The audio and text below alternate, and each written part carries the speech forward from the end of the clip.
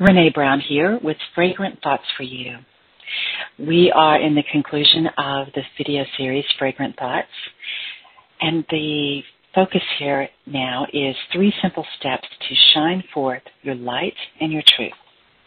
Step 2, the universe is the creative power. Look at something spectacular in nature, a magnificent tree, for example, to fully connect with the power that creates worlds. As you allow yourself to feel the magnificence of nature, the loving life force on the planet, remember that this same life force is flowing through you. Align with this powerful creative energy. It's as simple as breathing with awareness. From your deep alignment with all that is, you will know nothing that you desire is impossible for you to achieve in the flow of source energy. Years ago, I was diagnosed with a herniated cervical disc. It was causing me tremendous pain because it would press against my spinal cord unexpectedly when I moved in a certain way, suddenly shooting immense pain throughout my body. The recommended cure at that time was a surgery procedure where a neurosurgeon would, in my own way of explaining, in simple layman terms, remove a sliver of bone from my hip, then wedge it between the 2 vertebrae to fill in the space left by the damaged disc between those vertebrae. And this would prevent the danger and the intense pain from the vertebrae pressing against my spinal cord.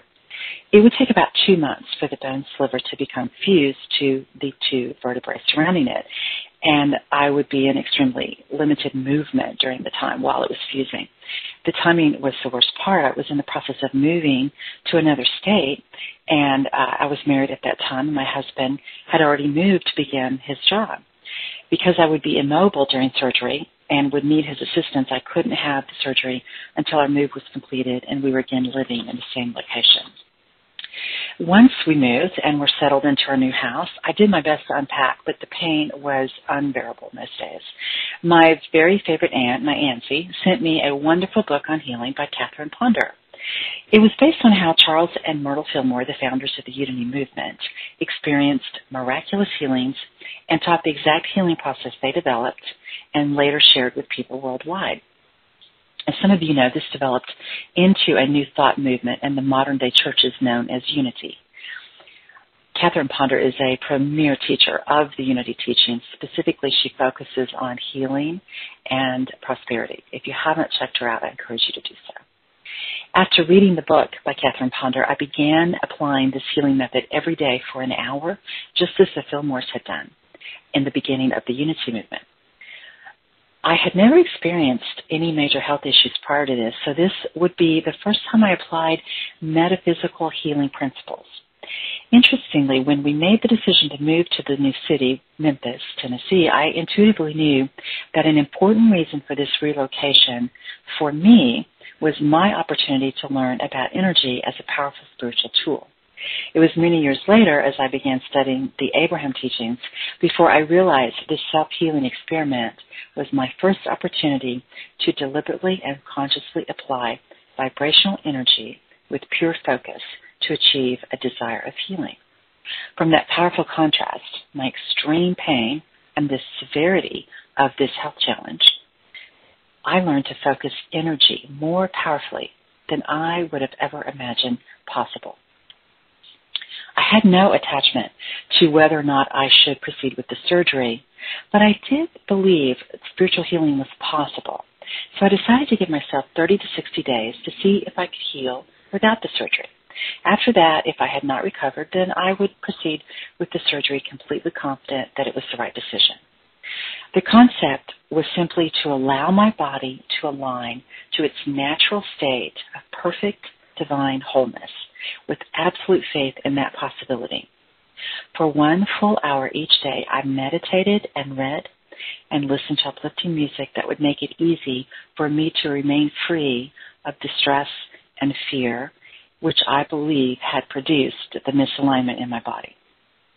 In about 6 weeks, I felt it was time to visit the new neurosurgeon that I had been referred to by the one attending to me in the city where I had just moved from. The new neurosurgeon was a very experienced doctor, and I felt great confidence in him. During the initial examination, he quickly told me that if he believed I had the symptoms of the person he was looking at in the MRI that I had brought from the previous neurosurgeon, he would not allow me to drive myself home on the jam-packed, hectic freeway. He wanted a new MRI immediately, which we accomplished within about a week.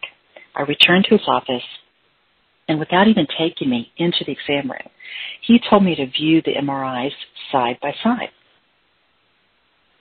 He took me where I could do that, and he pointed out the old MRI with the damage clearly visible, and the new MRI with a strange new formation in one precise location.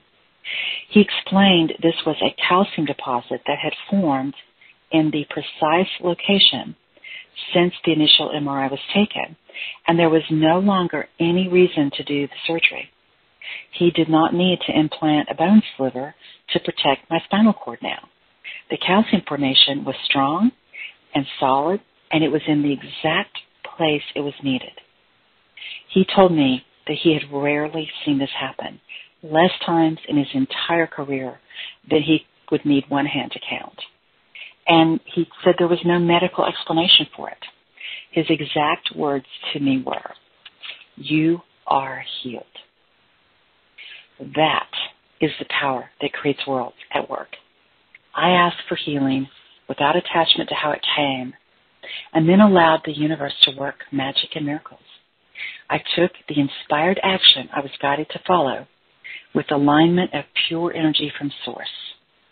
A miracle was the result. Stay tuned for more fragrant thoughts tomorrow. Until then, beautiful being, go forth and live. She was my girl.